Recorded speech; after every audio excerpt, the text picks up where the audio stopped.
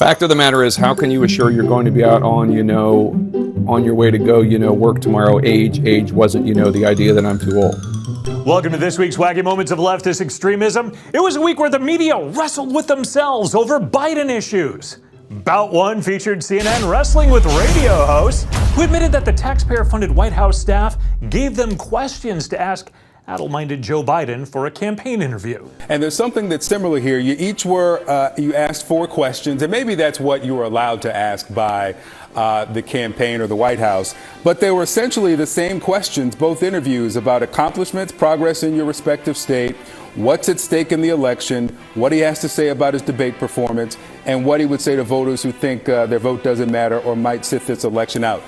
Were those questions given to you by the White House, or did you have, or the campaign, or did you have to submit questions ahead of this interview? The questions were sent to me for approval. I approved of them.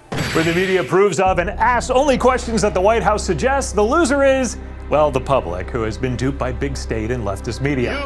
In Bout 2, we feature former Democratic Party Chair Donna Brazile taking on the truth about Kamala's crowds.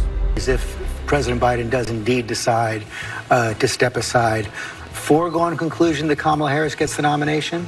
It would be very difficult to replace somebody who's been vetted, who knows the job, has done a tremendous, I think she's done a tremendous job. As I tell everyone, Kamala Harris has earned the right to be considered if. I mean, we got a lot of what-if scenarios, but she's strong. She's down in Louisiana. She had a rally last night with 60,000 people. She did? Really? Or did she just show up at somebody else's concert festival? I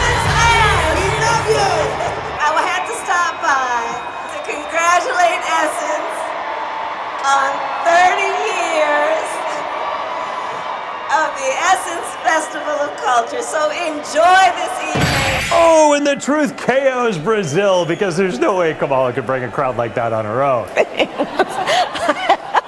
In Bout 3, we have George Stephanopoulos on Biden being just complete toast versus ABC. Now, TMZ caught ABC Stephanopoulos in a candid admission that he doesn't think Joe Biden can serve a second full term. What do you think? Do you think Biden should step down? You talked to him more than anybody else have lately, and you can be honest. You don't think he can serve 4 more years? All right, that's an answer. Not the answer that bosses at ABC wanted to hear. An ABC spokesperson said George expressed his own point of view and not the position of ABC News. Now, it looked like George was going to win the Biden is Toast tournament, but at the last moment, he conceded, saying earlier today, I responded to a question from a passerby I shouldn't have. So ABC wins, I guess? In Bout 4, CNN's Jake Tapper has to wrestle with a Biden quote about his disastrous candidacy. Fact of the matter is, how can you assure you're going to be out on, on your way to go, work tomorrow? Age wasn't, the idea that I'm too old. That face, poor Jake. It was very tough on him, but he did win. An accurate Biden statement was made. Congratulations. In our next bout, it's Joy Reid versus the New York Times. When stories about Biden's age and calls for him to step down are all over the news, especially in the New York Times, whose editorial board today again called on Biden to step aside and urged the Democratic leadership to publicly demand that he leave the race.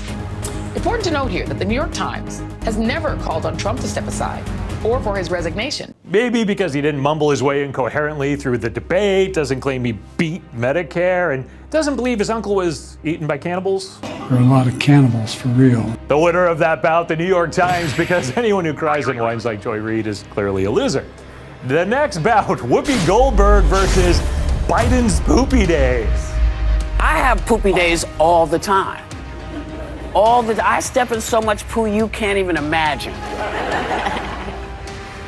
Now, I'm not running the world, but I don't know anybody who doesn't step in stuff at some point. Oh, Whoopi concedes that she lost the poopy days more than once, so Biden's poopy days, they prevail. In Bout 7, it's a classic. It's Joy Behar versus George Clooney after he pulled his support for Joe Biden. President Biden is fighting right now for his political future. Yeah. Democratic National Committee Chair Jamie Harrison I know, Harrison, of course, is still in Biden's corner, but he's losing more high-profile support. George Clooney wrote an op-ed piece in the New York Times claiming that after he saw Biden's condition at the recent fundraiser, he doesn't think he's up for the gig. George Clooney.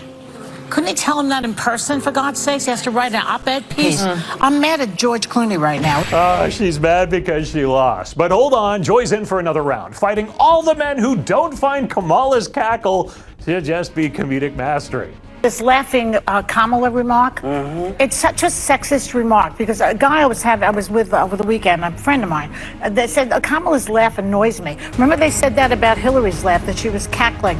And men, you know, they don't like a funny woman. They're afraid if you laugh or you make a joke that maybe you'll do that when they're in bed with you. It's like this fear. And if men aren't getting in bed with Behar or Kamala, men clearly win. It's an easy victory, but on behalf of men everywhere, I'll accept this nonetheless. We're on the final bout this week, and it's one for the books. The minds of Morning Joe. Now, they've cooked up a convoluted concoction. Could it be Morning Joe versus Clooney, or is it Obama that they're really up against? Well, I cannot diss George Clooney if I actually want to ever watch that with my kids again. This wasn't George Clooney. What do you mean? It just wasn't. Come on. What? Who do you think it was? Matt Damon? It was not Matt Damon. Who do you think it was? It wasn't Julia Roberts either. Who do you think it was? You can say the name. You won't melt. It's not Voldemort. Are you saying you think Barack Obama put him up to this? I think that Barack Obama has a lot of influence, and I think that there's a lot there. There's a lot there. That's something that's never been said about the grouping of IQ points that gather up on the set of Morning Joe. But clearly the winner here is, well, you know, it's us. Watching the media and the elites scrap among themselves over whether Biden's a bigger disaster than putting up Kamala, it's just fun to watch. It's a strange kind of leftist media cannibalism. Cannibals for real. I'm Eric Shiner from MRC-TV, asking you to go to that MRC homepage. For real, you can click on that donate button. No joke, no malarkey. Visit MRCTV.org for the latest in videos, information, and entertainment. And be sure to like, share, and subscribe to these videos wherever you find them. And we'll be back real soon with another look at leftist media madness.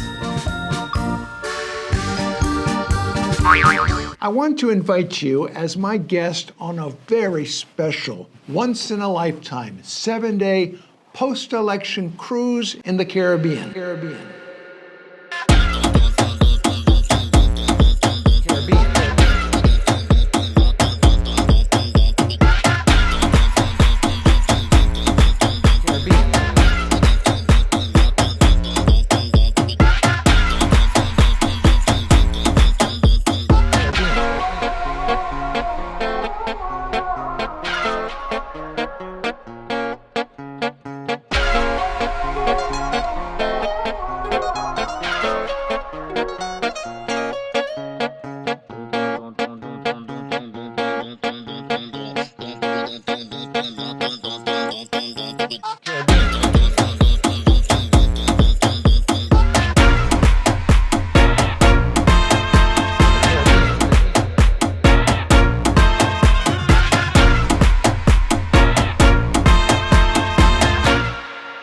It's going to be a blast.